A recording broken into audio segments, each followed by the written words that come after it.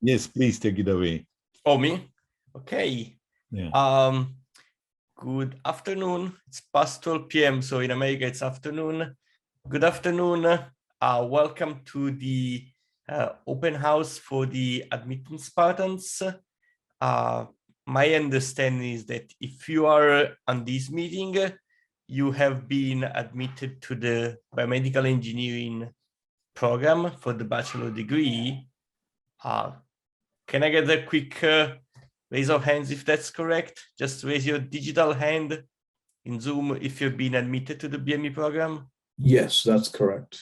Okay, I see a couple of you raising their hands. Okay. Okay, I'm assuming the other ones are just like trying to find where is the button with my hand to raise. That's fine. Okay. So I don't know how Guna wants to manage this. Let me give you a brief self-introduction. Just a second here to switch. Okay, you should be able to see my slides now, right? Correct? Yes. Okay, okay. So just quick introductions. I am Alessandro Bellofiore. I am an associate professor in the biomedical engineering department at San Jose State University. Here with me, we have Professor Guna Salvadore. He's the chair of the department. And we may have, I don't see the list of participants is here. I don't see Dr. Wang yet, but she may be joining us soon. Dr. Yun Wang is an assistant professor in our department, and she joined us a couple of years ago, right? Yes. Okay. Okay, so again, you have here like at least 2 members of the faculty of the department. So this is your opportunity to ask all the questions that you may have, you know, about the undergraduate program and, you know, related stuff. If it's questions more broadly about, you know, the college and the university or parking, housing, restaurants, you can ask us. We can do our best to give you answers, but I think that we will be focusing on like questions that are relevant related to the program. Okay, so let's see, we have about 10 people here. So I think it's a small enough number that it's manageable to go around the room and get some self-introductions. And I would ask you if it's possible and if it's convenient to you, of course, to also turn on your camera, even for just a minute, so we can see some faces. That would be nice. And then we're gonna go around. I'm gonna call you one by one in order of like how I see you on the list of participants here. And you can give me your name, your preferred name if you're one, and if you have a previous degree or not. This slide was prepared for graduate students, so they have an undergrad degree. It's possible that you don't have another degree already. And what's your country of origin and what's your native language, if you want to share that. So let's start from Aditya, if you don't mind.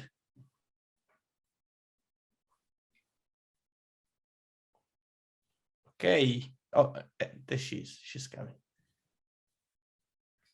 Okay, you are muted, Aditya.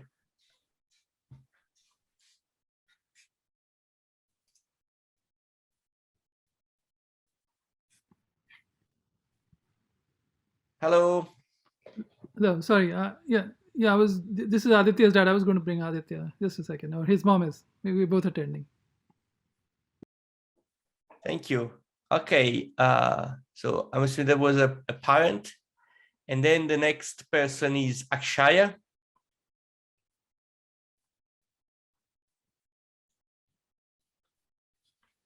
Is Akshaya here? Okay, I'm moving down the list here. Bharti. If I butcher your name, just please feel free to tell me. This is Bharti and I'm Aditya's mom. Hi. Hi, Bharti. Okay. Is Aditya there? He is. Give me just a moment. Sounds good.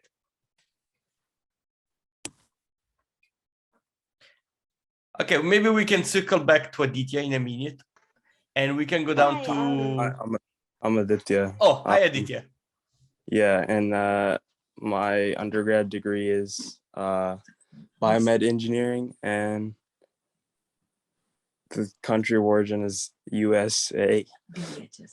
Yeah, I'm from Doherty Valley. Oh, it's a nearby, right? Sorry, what?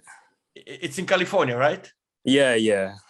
So yeah, I'm relatively new to the state, so I've been only Okay. here for a few years. No. I don't know all the valleys. Okay, thank you. So we have Yes. Hello? Akshaya. Hi, Akshaya. Yes. Hi. My name is Akshaya. Mhm. I'm an undergrad for biomedical engineering. I'm from India, but I mostly speak English. That's excellent. Nice to meet you, Akshaya. Welcome. Nice to thank you. Okay, next we have Carlo Sumpo. Hello, can you hear me? Yes, hi Carlo. How are you Oh, doing? hi. Sorry, what was that? How are you doing? Oh, I'm doing good, thank you. I just woke up earlier. How are you doing? Are you in our time zone? Yeah, I'm in West Coast time zone. Okay, Yeah. okay. Yeah, so my name is Carlos Info. I go by Carlo. I got accepted into San Jose State, but I don't really have an undergraduate degree, so Yeah. I'm coming from high school. No problem. I told you this slide is meant for events where there is also graduate students, so that's why I left Oh, it. I see. Okay. Okay. So you are born and Um, raised in California. Yeah, I'm born in California, but I'm Filipino. My native language is English. Excellent. It's nice to meet you. Nice to meet you. So next we have Sitika. Hey guys, my name is Sitika Bokarachi. I'm a transfer student from Dianza Community College, and my country of origin is I'm from Sri Lanka, and my native language is both English and Sinhalese. Excellent. Nice to meet you. Nice to meet you as well. Next we have Donna. Are you here, Donna? Yeah, I'm here. Can you hear me? Yes. Okay, so my name is Donna. My undergrad degree is going to be biomedical engineering. My country of origin is here. I'm from Sacramento, which is like 2 hours away from San Jose. And my native languages is Arabic and English. Excellent. Nice to meet you. Nice to meet you. Moving down, we have a couple of more names here. We have Isa or Isa. I'm sorry, I'm not sure how to pronounce it. Hi. Yes, my name's Isa. Isa. I'm originally from China and I moved to Los Angeles. Now, currently I'm in Kentucky because I'm on military service. I have an associate's in liberal arts, so I'm a transfer student.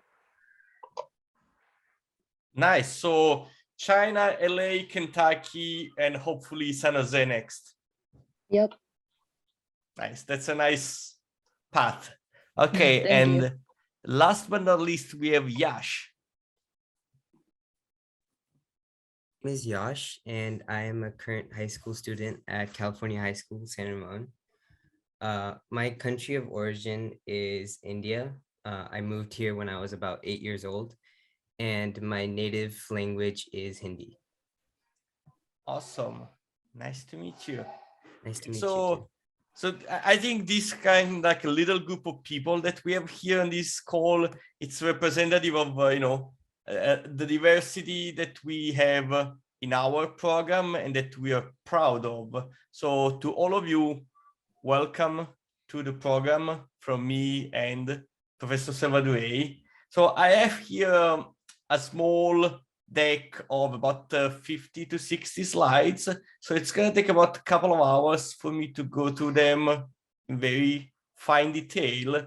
So raise your hand if you're up for the next 2 hours of like information dump from me. Nobody's raising their hand. I'm surprised.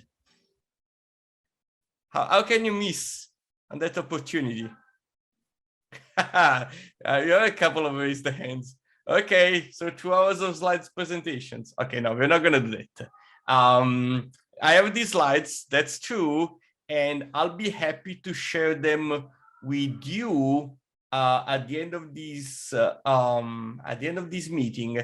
The only thing that I need from you is your email contact. That would be great. So if you don't mind adding your email to the chat, and you can do it as a private message, direct message to me if you don't want to share it with everyone. And if I see your email, I'll send you these slides at the end of this meeting so that you can, at your own pace, you can go over the slides. So I'm gonna leave these slides to Professor Salvadore because I think he's honorary citizen of San Jose at this point. So do you want to say something about San Jose? Well, I'm an ambassador for San Jose as well. It's, in my opinion, San Jose is probably one of the best places you could be in, living and or working. We are located in the heart of Silicon Valley. I think all of you know that. It is actually the USA's 10th largest city. Most people think that San Jose is a little village. And I know we behave like villages, but it's really a mighty city. The climate, I think, is practically the best in the world. I've been in several other countries and nothing can match the kind of climate we have, especially like today. And we have outstanding diversity. You could have landed in San Jose, say yesterday, and nobody will think you're from out of the area as well. Everybody passes off as a native. Technologically, it is really a very vibrant place, I would say. When it comes to biomedical companies, there are more than 1,000 biomedical companies in the Bay Area, both, including large, medium, and small. The small ones are typically startups, and we have the highest density of biomedical startups in the world. And more than 600 of the 1,000 are actually in manufacturing. They're not all in research, and manufacturing, as you know, is important. I know you would not be interested in beaches and mountains because you're going to be working very hard, but just as a reference, the beach is a maximum 45 minutes away to the west. The mountains are about half an hour away to the east, and it's a great place to go hiking, swimming, surfing, or just relaxing. Okay. Thank you. And when Dr. Salvadore says that he has traveled, he means it. Like, he has been to places that I've never heard of, like whole countries that I'd never heard of, and he regularly travels for either work or leisure. So you can believe him when he says it's the best climate in the world. And he speaks 5 languages fluently. So moving on. Oh, hold on. We have Dr. Wang has joined us. Hi, Yoon. Hi, everyone. Nice Dr. to meet Wang you. is the latest addition for now to the faculty body of biomedical engineering. So do you want to say something about yourself, Yoon? Hi, hello, everyone. As just mentioned, I'm the latest one joined here. So I'm joined in 2020. My research is majorly about biosensors for disease diagnosis and pathogen detection. I'm also working on some interesting projects. For example, now I'm working on a project to test a new face mask, and also I'm working on other projects like whole genome sequencing, all kinds of stuff. Nice to meet you here. Excellent, thank you. Okay, so just very quickly, this is kind of like an overview of the overall structure of the university. I believe that this is still correct. So there is the university, which is one of the 23 campuses of the California State University system. And it's another state. Within San Jose State, there are 7 colleges, I believe. And within colleges, there are departments. And then within departments, you find one or more programs. Like a department may be the home of one or more undergraduate programs, or one or more graduate programs, all combined. For instance, our department, we have 2 programs. We have an undergraduate and a graduate program in biomedical engineering. If you look, for instance, at computer engineering, they have like 2 undergraduate and 2 graduate programs. One is software, one is computer engineering, for instance. This is where we are located. So we are in the engineering building on campus. I don't know if you've had a chance already to visit campus. If you haven't, and if you are in the area, please feel free to visit us. The campus has been undergoing renovations for the past few years. And so since I joined in 2014, it was already nice. It has become even nicer. I think one of the latest additions has been, besides the wellness center, which is for students' healthcare and mental well-being, there is the new, what's the name of the aquatic center, Yoon, do you remember? It's the Spartan Leisure and Aquatic Center, something like that. I think it's SPARC, SPARC. Okay, so it's a huge structure that they inaugurated about 2 years ago, I believe, and it has like fitness, gym, outdoor pool. So there is a little bit of everything. It's beautiful and it's available to students. Any other major points of reference on campus that we should mention, Guna? No, I think, what about the John Carlos and Tommy Smith? Mm-hmm. What is that? You're asking me or them? Yes. That is in front of Clark Hall. It represents our commitment to diversity and equity. Both of these gentlemen, Tommy Smith and John Carlos, were sprint athletes, and they won the gold medal and the silver medal. No, the gold medal and the bronze medal at the 1968 Mexico Olympics. And they raised their hand with a black glove on it to signify that they were still discriminated against in the USA. And they were asking, or they were, how shall I say, they were promoting the concept of equality. Right. It was the fight for civil rights in the 60s. Civil rights, yes. Which still now, it's still ongoing and there is a lot of work to do. And San Jose State stands behind that fight. Okay. So our program has been having like an increase in enrollment since its inception. So kind of like the important dates for us are, it was initiated back in 2005 by Dr. Salvadore, and it was a concentration. Then eventually in 2011, it was formally incorporated in a program. This was I think it was the graduate program first, and then the undergraduate program a few months later. We received ABET accreditation for the undergraduate program in 2014, and we've been accredited continuously since then. And then finally in 2018, so about 4 years ago, we became an independent department. So we fought for independence and we won. And so now we are the Department of Biomedical Engineering. Okay, and currently our number of total students, it's between about 450 students right now, right about here. And I'm gonna show you like a few slides that kind of like make the case that the discipline of biomedical engineering is very multidisciplinary. It's very interesting, and there is a lot of skills that go into being a good biomedical engineer.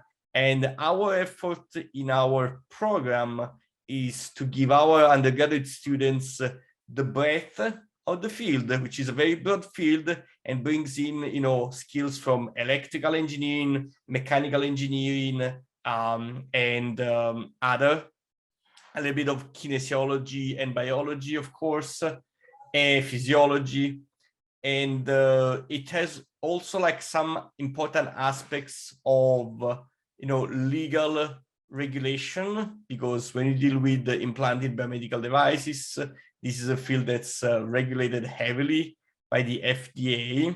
So we try to give our students some fundamental understanding of how the process of designing and bringing to market a new medical device works, and how you go again from the conception of the idea to benchtop test, selection of materials, and then benchtop testing, and then you move on to preclinical and clinical trials, and eventually you need to get approved by the FDA to be able to be on the market.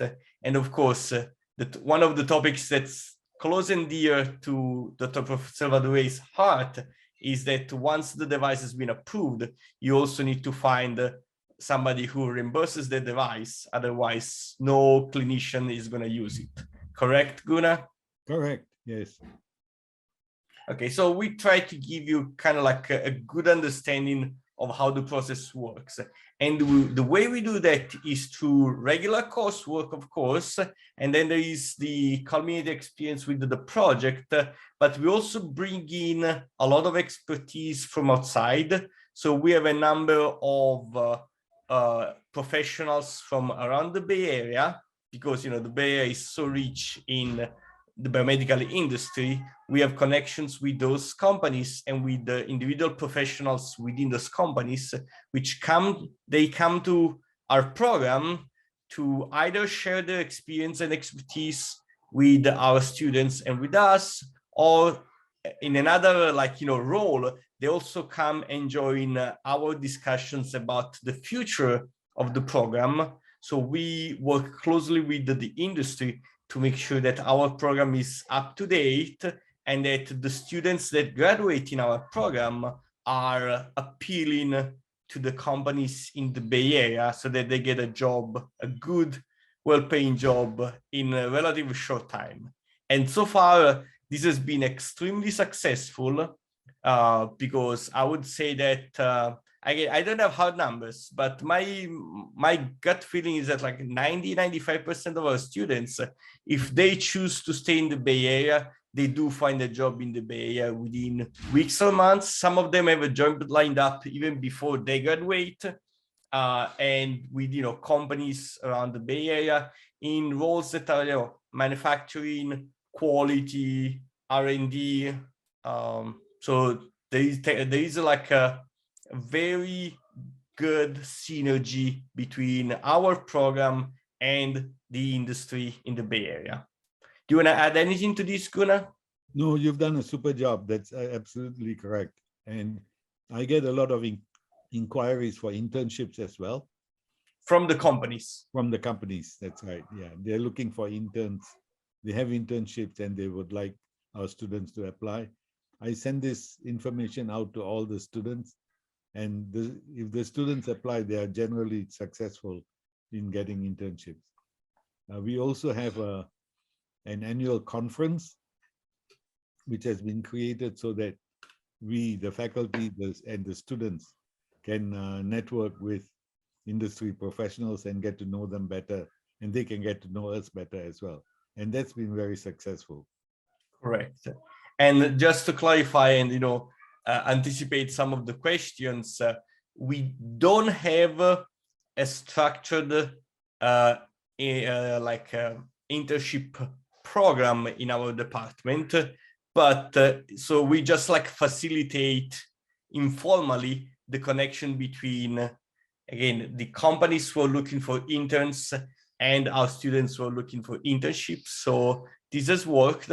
And also students, once you move to the Bay Area, if you're not local yet, you immediately get into a network of connection with other students, other professionals and companies, where easily just by word of mouth, you find information about available internships. Again, I have to sign the requests for internships for students, and I do that a lot, which means that students very easily find internships around here, which is good both to get some hands-on experience, and occasionally those internships are also paid, which is also is not bad. If I may add, Alessandro, Go ahead. We also have a very active Biomedical Engineering Society student chapter, and they are the ones who actually organize the conference every year. I would encourage you to join the BMES student chapter and become involved. Don't just pay your dues and then sit and do nothing. The more you get involved in organizing events, the more you get to know your fellow students. And this is the word of mouth that Dr. Bellofiore was talking about that helps you land internships and jobs as well. Correct. And this is a map that Dr. Guna and one of his students put together a while back. And this is kind of like, just like a slice of all the companies that you can find within a few miles from San Jose State. Again, there is an event that's not organized by the university. So it's organized by private sector. It's called the Biomedical conference and event. I don't remember exactly the name. So it's Biomedical, and it's organized typically in late November, early December every year. And it meets a few blocks away from campus. And typically there is something like 400 booths of companies in the biomedical device field that just come to that, to the show. And that's estimated to be about half or 1/3 of the total number of companies around the Bay Area. These are some of the numbers from 2016. And then a couple of years later, I went back to the same sources and I found updated numbers. And all these numbers have gone up significantly. So in terms of like employment and, amount of money that's been invested in the field, in California only. So this is a great place and a great field for you to be successful. So if you want to be a biomedical engineer, San Jose State is the right place for you. There are a few more slides that I'm gonna just go. Yeah. Yes, Guna. No, sorry, go ahead. I'm just going quickly here because I want to leave some time for Q&A in this meeting. So again, I'm gonna share this. I have received 1, 2, 3, 4, 5 email addresses. So those 5 people will receive a copy of these slides. If you haven't sent me your email yet, please send it to me as a direct message in the chat. These are like, this is the mission of the program. You can find it on our website. We have a new website that launched a couple of months ago. So hopefully all the information that's relevant to you is available there as well. These are the PEOs, the program educational objectives for the undergraduate program. And basically the next part of this presentation will be about like trying to answer the question, how will you succeed? What do you need to do to succeed in the program? Okay. Before I move into that like second part of the presentation, I'm going to take a minute for if there is any questions at this point about what we have already discussed. That's a good point for me to catch my breath. Or maybe Guna or Yoon wants to add. They want to add anything?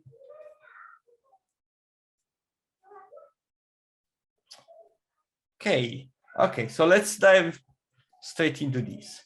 So this is kind of like an overview of the curriculum. So once you enter the program, and assuming that you enter as freshman, because if you enter as transfer, you usually skip, you've already taken the first 2 years of coursework. So you start typically from junior year.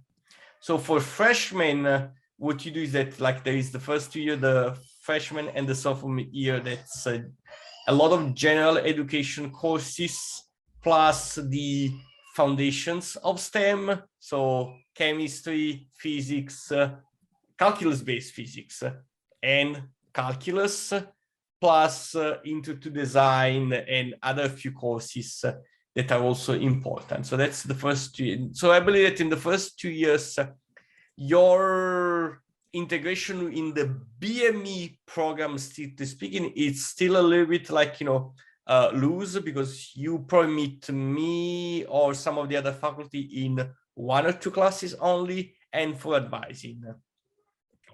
But once you get into your junior year, that's when you start taking all those classes that begin with BME. So starting from BME 115, BME 177, BME 130. So those are like, right now there's just numbers for you, but that's like, when you start to meet with us faculty and lecturers in the BME program more regularly. And by that time, hopefully you already got involved with the student chapter of the BMES.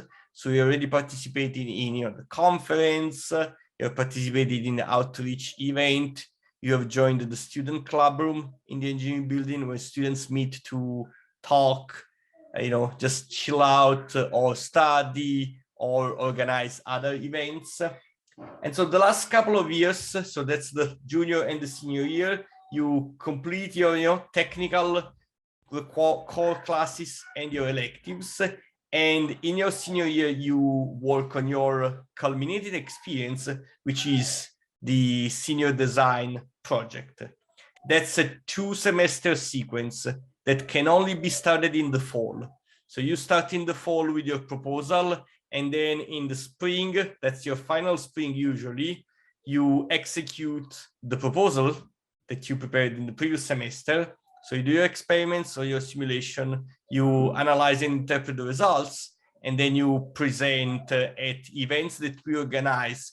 Part of that is going to be at our annual conference, and then we have a showcase event at the end of the spring semester where all the senior students present the results of their project. And after that, if you have also completed all the coursework, you graduate. We offer both, like we have a catalog, like a roadmap for both 4 years and 5 years.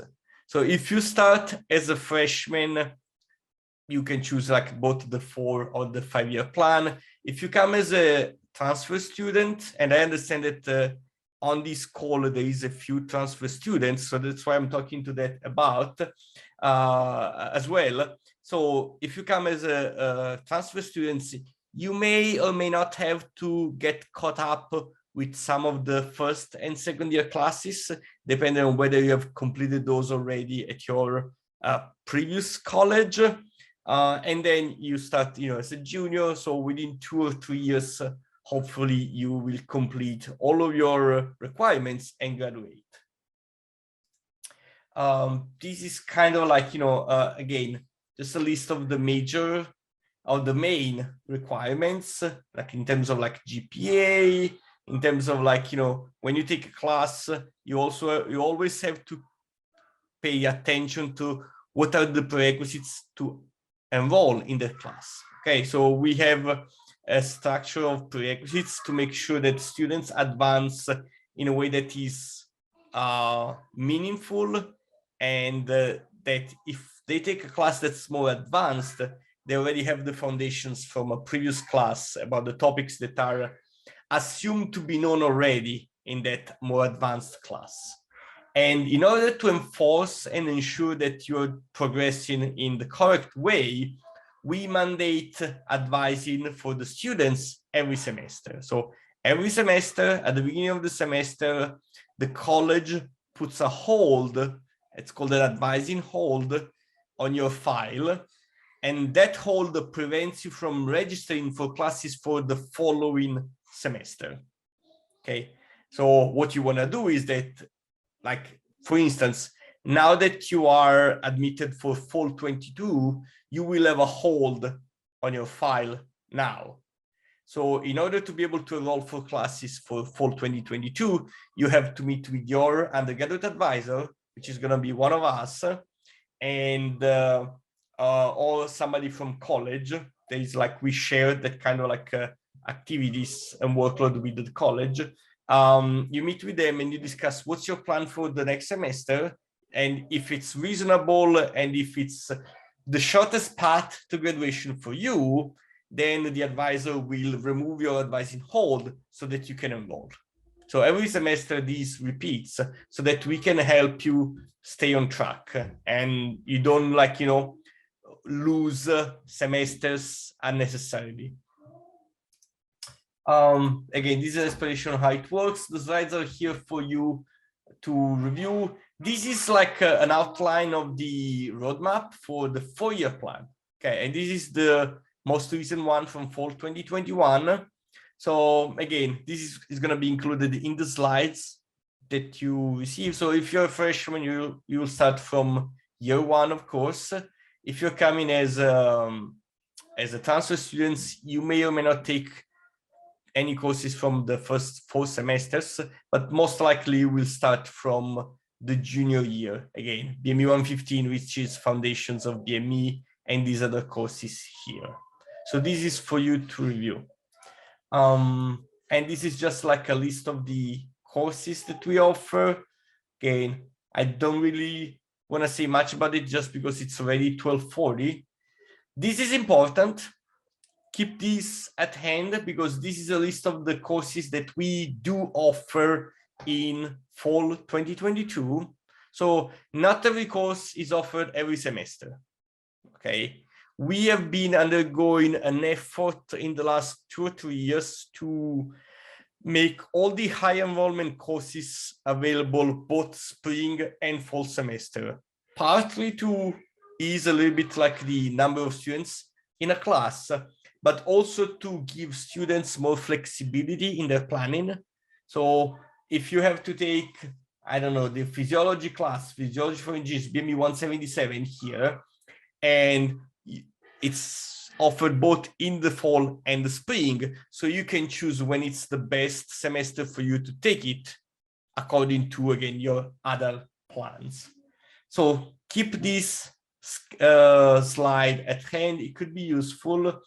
This is the tentative schedule with the days of the week and the start and end times for the lecture component of these classes. Okay, so some of these classes, the ones with the asterisks, they have also labs, which have an additional, you know, meeting time. So for that, like, I couldn't fit all of that in one slide. So please make sure that you check the catalog online to get the full schedule for also the labs. Make sure that most of the labs, we offered multiple sections, so you can pick and choose what section of the lab works better with your schedule so that you don't have conflict with other classes. We put a lot of time, Dr. Salvador and I, to make sure that we minimize overlapping and conflicts, but with so many classes to be offered in 1 week, plus the labs, it is difficult to avoid all possible conflicts. And that's why we have multiple sections for the labs so that you can choose the best for you. One more thing to say about this slide, and then hopefully I'm almost done here, is that we as university are planning to offer most, if not all, of these classes in person this fall. So this is a big change for us because for the past couple of years, it's been either only online or this semester it's more like of a hybrid model with about half of the classes online and half of the classes in person. In the fall, we should go back, you know, to regular order with most of the classes in person.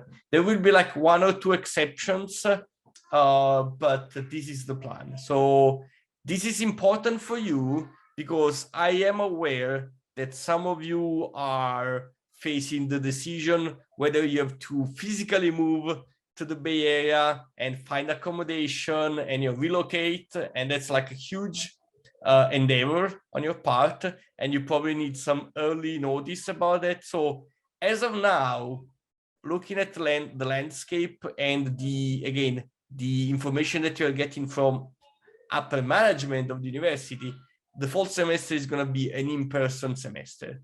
So I would recommend that if you're joining San Jose, you find a way to be able to access these in-person classes in the fall.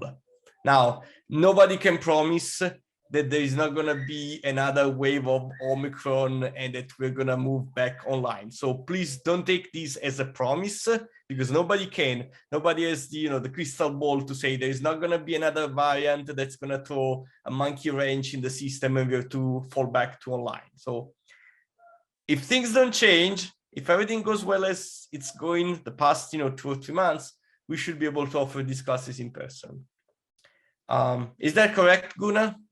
Yes. Okay. I think that I'm almost done. I just have this slide here with the important dates for sorry, this is a typo. Let me fix this typo very quickly so that there is no confusion here. This is fall 22. I may have to share my slides again. Sorry, again. It was important to fix the time so there is no confusion. This is the fall 2022 calendar. This is available as a PDF from the San Jose State website, so I just downloaded it from there. And by the way, most of the information that I'm sharing with you here, in terms of like requirements, dates, catalogs, roadmaps, that's available either on on our BME website, if it's information that's specific to the BME programs, or on the university website. There is like the register, they have a section with a lot of forms for you, and there are other websites, the college, for instance, where you find more general information. So please make sure that you use those resources before you ask. It saves time to look it up yourself instead of asking, because asking means sending an email and then the other person has to respond to the email, which is already like a time step there. And if that person is a faculty like us, you may not get an answer like within 24 hours, depending on the time of the semester. There are some times of the semester where there is objectively an overload of emails, and so we have to work around that. Okay, I think there is more information here. I'm just like skipping very fast. These are all the resources that are available to you. I'm gonna stop on this slide here. This is the people that, as of now, these are the faculty of the BME department. Hopefully we'll get more people soon. Is there anything else that you wanna add, Guna or Yoon, or can we open the Q&A? No, I think that was very comprehensive. Thank you very much, Alessandro. You're welcome. So let's open it up for questions. Let me get my chat box open so I can see if there are questions in the chat. But please feel free to just open your microphone and maybe even your webcam, show your face, and ask questions. Okay, this is a good opportunity when you have like face-to-face time with us to ask questions. So take advantage of it.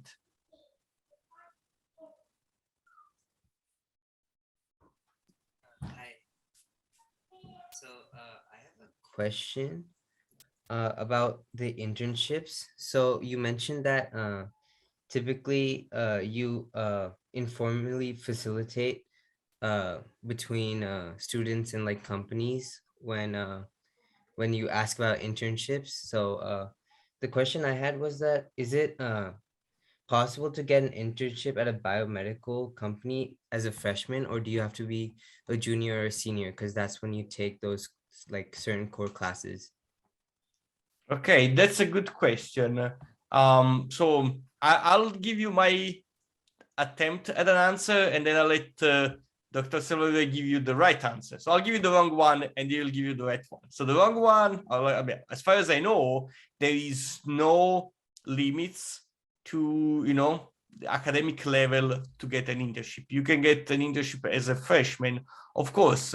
Every internship has different requirements for the job in terms of like, if it requires that you use SolidWorks, and as a freshman you still haven't learned SolidWorks, then it's not gonna go well. So I think that's the only limitation. It's like if you are able to carry out the duties of that internship. That's as far as I know. Then international students, the story is a little bit different. So if any of you has a question about how to do an internship as an international student, we can talk about that as well. Guna, can you please fix the record? Yeah. So very seldom do freshmen apply for internships. They want to, and I recommend that they wait until their sophomore year at least, because you've got to have some college education under your belt. Otherwise, if you have a real fresh freshman, then you're applying pretty much as a high school student. But it would be good to read when the internship is sent out. It will have something that says, here are the skill sets that we are looking for. And make sure that you have those skill sets. And also, it's a matter of also how cohesive your application is. So they're not looking so much at just, oh yeah, he's a junior, we take him in. And it depends upon how good a package you put in when you send it in. Like, for example, they'll say, submit your resume by email. And if you send it by email and say, hey there, here's my resume, then it doesn't matter. You can have 3 PhD degrees and you still will probably not be employed. Does that make sense? Yeah, thank you. Can't hear you. If you see me a little bit distracted, what I'm doing is that I'm copying and pasting manually your email addresses so that I'm sure that even if this chat box gets lost, because sometimes it happens, I have them saved. So please go ahead with the next question.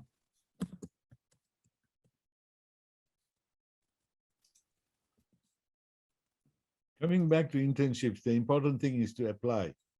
You will get rejections, but remember that there are probably 10 or 15 or 20 applications per position that's advertised or announced. So don't take it personally, but from what I can tell, the students who learn how to apply and apply do very well. You may also want to pay a visit to the Career Center and have them review your resume, make sure that it's a compelling resume, how to write a cover letter or a cover email, and do it in a professional manner. So that's a facility, facility that we have on campus that's free of charge for our students.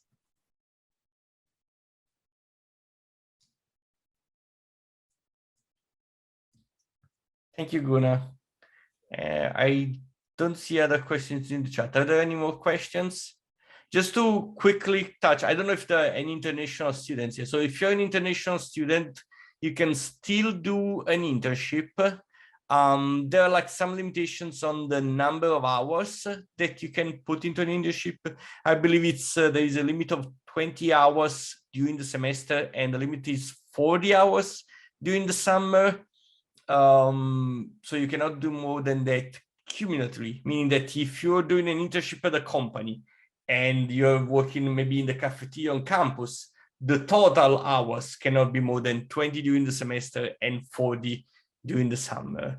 And in addition, as an international student, typically you're a F1 visa holder, you are required to be enrolled in a dedicated class when you do an internship.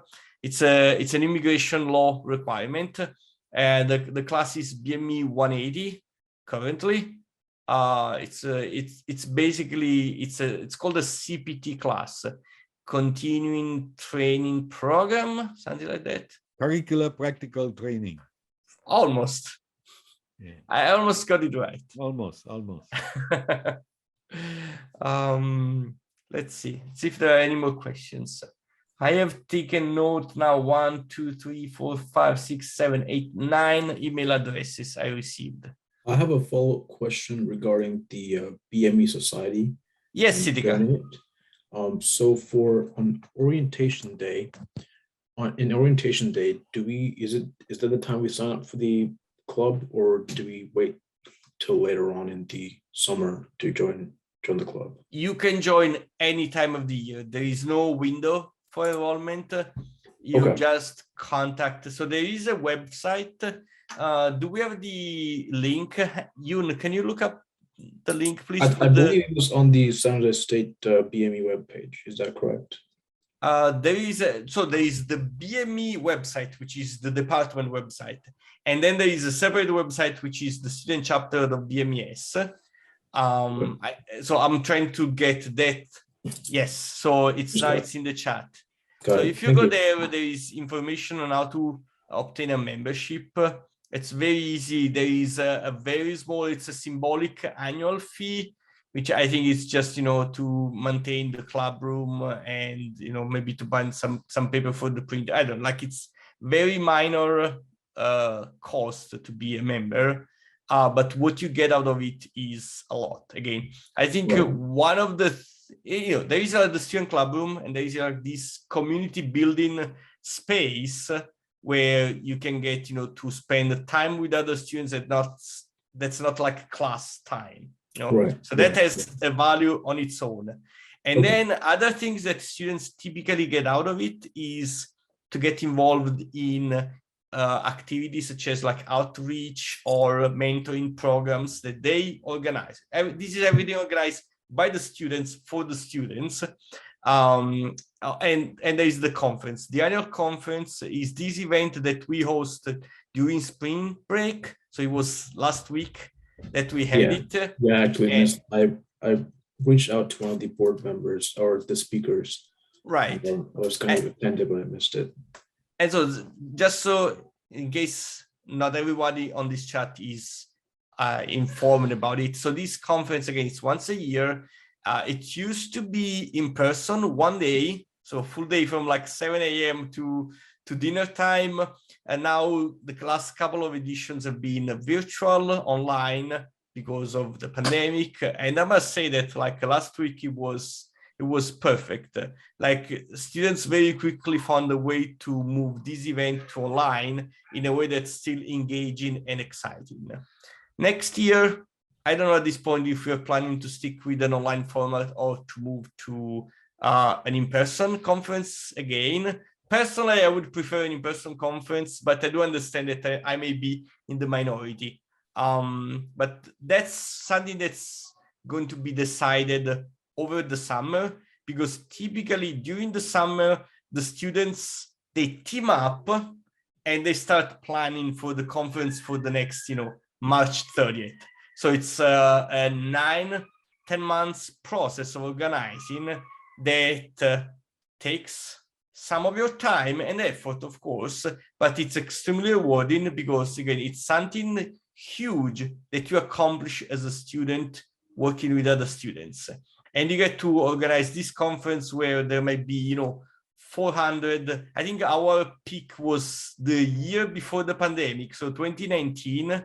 That was the last one we did in person. We had about 450 participants one day. So 450 people coming to the Bay Area, and it was professionals, faculty, people from healthcare, like nursing. There was, of course, students from San Jose State and from outside. So all these people gathered together for one day to talk about the advancement in the field and fundamentally to network, which, it's a good way to get gigs and job opportunities because you get to talk to people. And, once they know that you are like a real human being and not just like one of the CVs in the pile, you get a better shot at getting the job. Okay. Just because they have met you. That makes a ton of difference. Yeah. Thank you for that. And the other question I had was the senior project. For senior projects, could we start working on in junior year, or do we have to wait until we are starting in the fall of our senior year to get ahead and start on it? That's a great question. So currently, the way it works is that senior project formally starts in the fall of your senior year. And so you take the class it's called the BME 198A, if you're curious.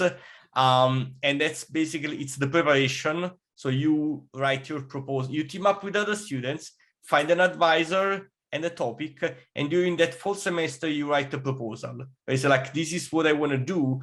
This is, the questions that I'm trying to answer, or the device I'm trying to build and test, or prototype. And this is the methods that I will be using to accomplish that. It gets approved after revisions.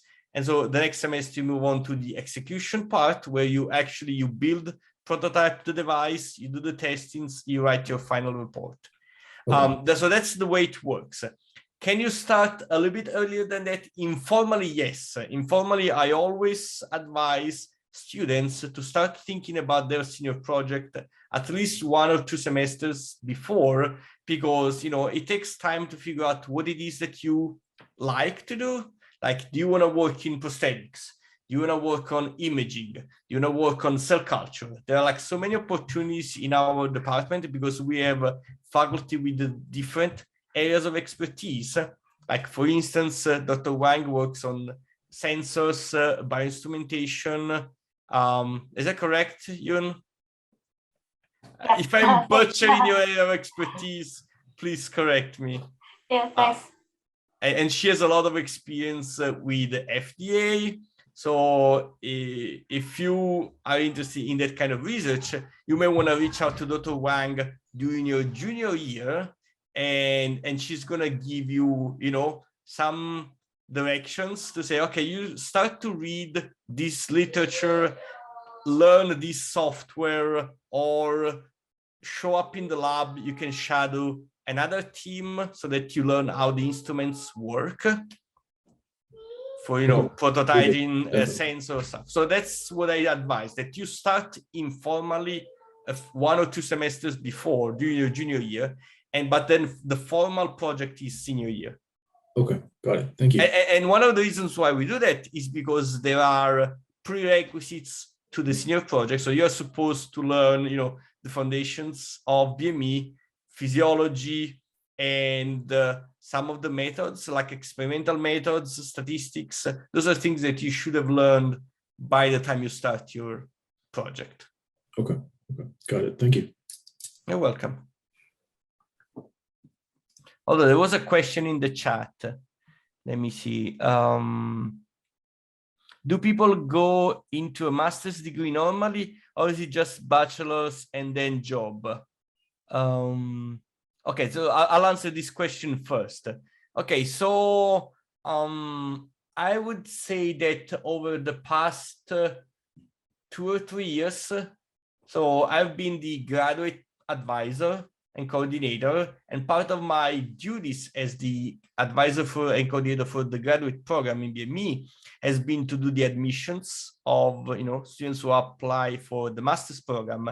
And we have had a good number of students from our undergraduate program to graduate and apply for the master's program. When I say a good number, means about, I would say 25 students over the span of 30 students over the span of 2 or 3. So every year it's about 10 students on average that do the jump. It's considered that every year we graduate probably close to 100 undergraduate students. So it's not like a huge share, but there is like a significant chunk, like 10% maybe, of our undergraduate students, they choose to go to the master's program. Everyone else, the other 90%, they, again, typically find a job in the Bay Area very quickly. Let me see. Also, is it easy to get into these classes that are offered to students? So I am assuming that you are asking about these classes.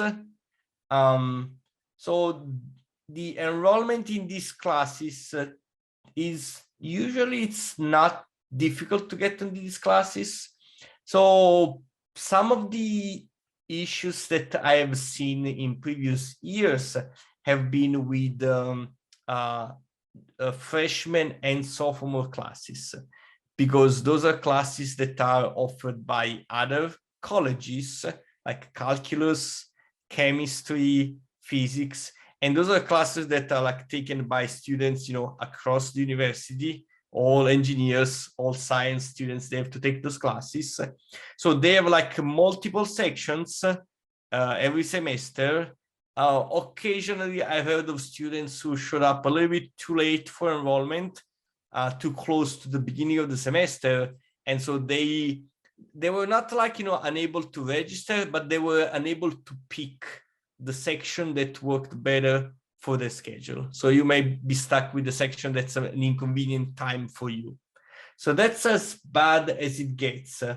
For these classes that you see here with the BME prefix, I cannot think of like any major issues that we've had.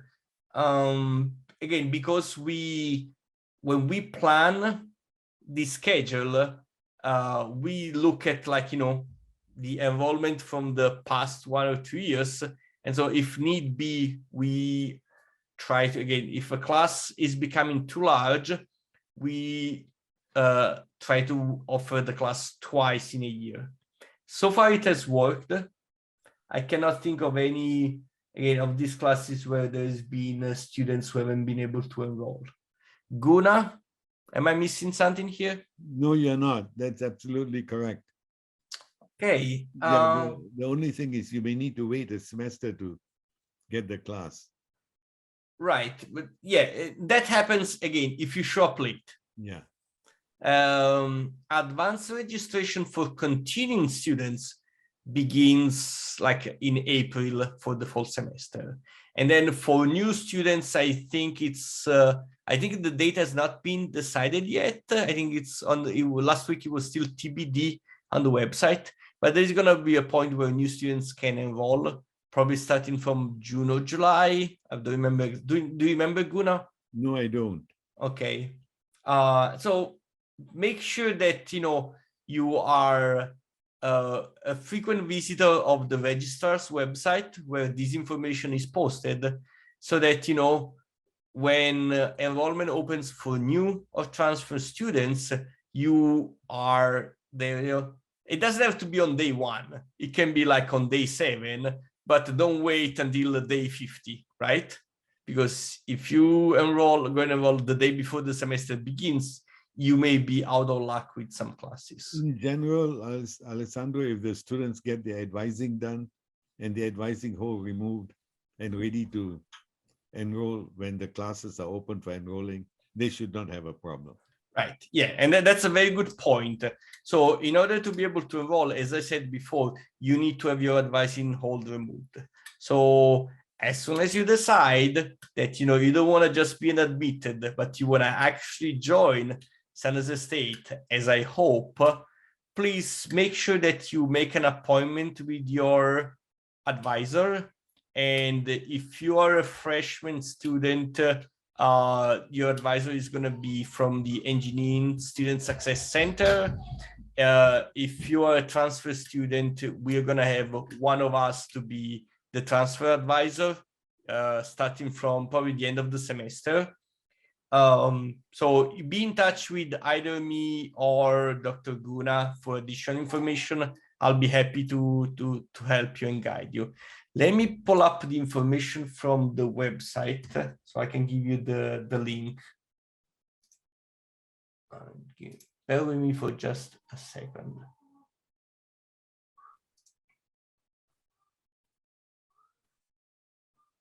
So here's the, where is the chat?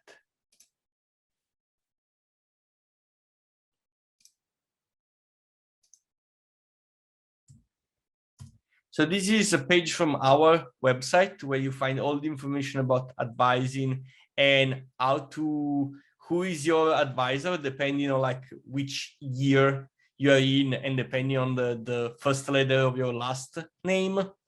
So you can find information there and how to schedule an appointment. That said, there was some other question in the chat. Let me open it up. For bachelor degree students, how much research is available and what are the current research fields available at San Jose State? Okay, so that's kind of like a big topic question, very good one. I don't know if I can answer for San Jose State and large, but as it relates to the biomedical engineering program, we have quite a few research areas that we are currently active on. And these are all areas that are like, you know, leading edge, because we have externally funded grants from NIH, NSF. So we are active in research. And I don't know, I don't have slides specifically with the research areas of all the faculty, but you know, just to give you an example, myself, my primary interest is cardiovascular devices, specifically mechanical heart valves. So I have an NIH and NSF funded project on mechanical heart valves in my lab, and I have students that are both undergraduate and graduate students working in my lab. Also have a postdoc that, you know, helps with the research work. Dr. Wang here has her own ongoing research and grants. Do you want to talk about that? Yeah, myself as an example, I have a research area in biosensors. I have a project developing microfluidic sensors for food pathogens, and also I have wearable sensors for health monitoring, and also other all kinds of different projects, like also, like if you are interested in like junior year or even earlier, you can contact any faculty member and talk to them to join their research program. So those are opportunities all available. And I think on our website, there are introductions of each faculty member's research area. So you can search, see whose research attract your interest. And I always get emails from students like, oh, I looked through our website, I see your research, I'm interested in this specific area, can we talk if you have any project? So yeah, just feel free to contact any faculty members.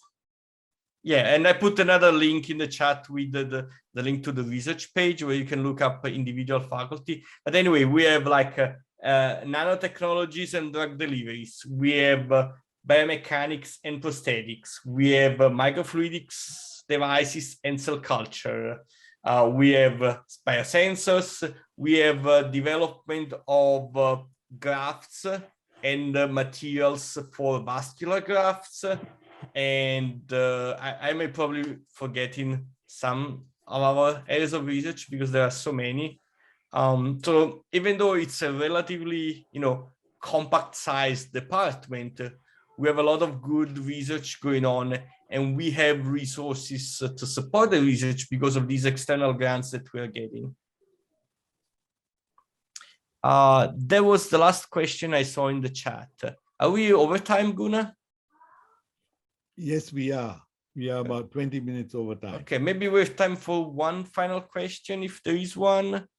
Otherwise, let me see. Okay, I think that's pretty much it. Okay, so we're at the closing remarks now. I want to thank you again, all of you, for finding the time to join us, listen to us, ask us questions.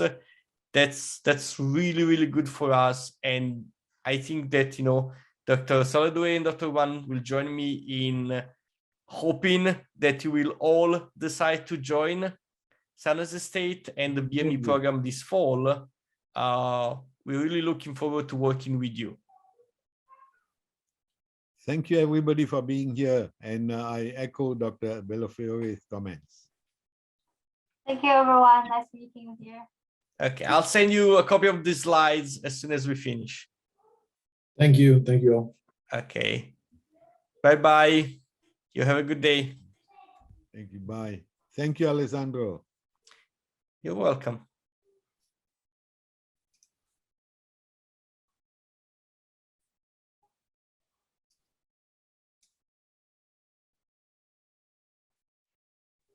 We also have the recording here. Let me stop the recording.